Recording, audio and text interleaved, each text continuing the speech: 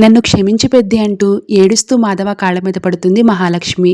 దాంతో మాధవ, ఏంటమ్మా ఇది, నీకేమైనా పిచ్చి పట్టిందా, ఎందుకిలా బాధపడుతున్నావు?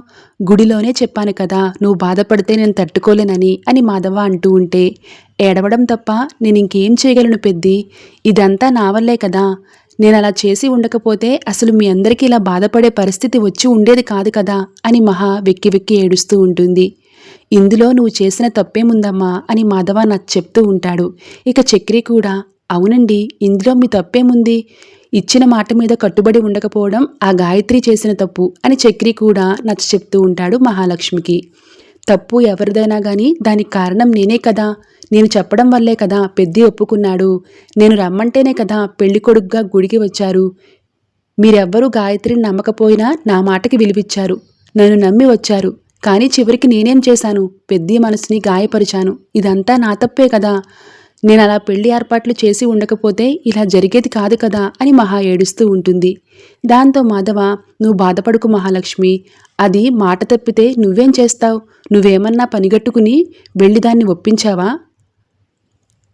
దాని బాధను చూడలేక మా ఇద్దరిని కలపాలని నీ వంతు సాయం చేయాలనుకున్నావు, అది తప్పు ఎలా అవుతుందమ్మా, గాయత్రి పెళ్లికి ఒప్పుకుంటేనే కదా నువ్వు పెళ్లి చేస్తానని మాట ఇచ్చావు, తన గుడికి వస్తానంటేనే కదా మా అందరినీ తీసుకుని వెళ్ళావు, ఇందులో నువ్వు చేసిన తప్పేముందని ఇంతలా బాధపడుతున్నావు, అయినా ఇప్పుడు ఏమైంది, పెళ్ళి ఆగిపోయింది అంతే కదా, దానికి ఇంత ఫీల్ అవ్వక్కర్లేదమ్మా, ఇంత చిన్నపిల్లలా ఏడవకు, నువ్వు నన్ను మీ మావయ్యలా భావించి పెద్ది అని పిలుస్తావు కదా, మీ మావయ్యని చెప్తున్నాను, నా మాట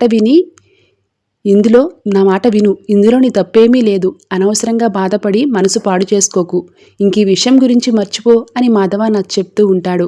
ఇలా జరుగుతుందని నేను అస్సలు ఊహించలేదు పెద్ది, నాదే తప్పు అంటూ చెంపలు కొట్టుకుంటూ ఉంటుంది మహా. అమ్మ మహాలక్ష్మి, ఆగమ్మా, ఏం చేస్తున్నావు, ఇంకా విషయం గురించి మర్చిపోమని చెప్పాను కదా, ఈ పెద్ది మీద నీకు ఏమాత్రం గౌరవం ఉన్నా ఇంకా విషయం గురించి ఆలోచించుకు, అర్థమైందా అని మహాకి నచ్చ చెప్తూ ఉంటాడు మాధవ.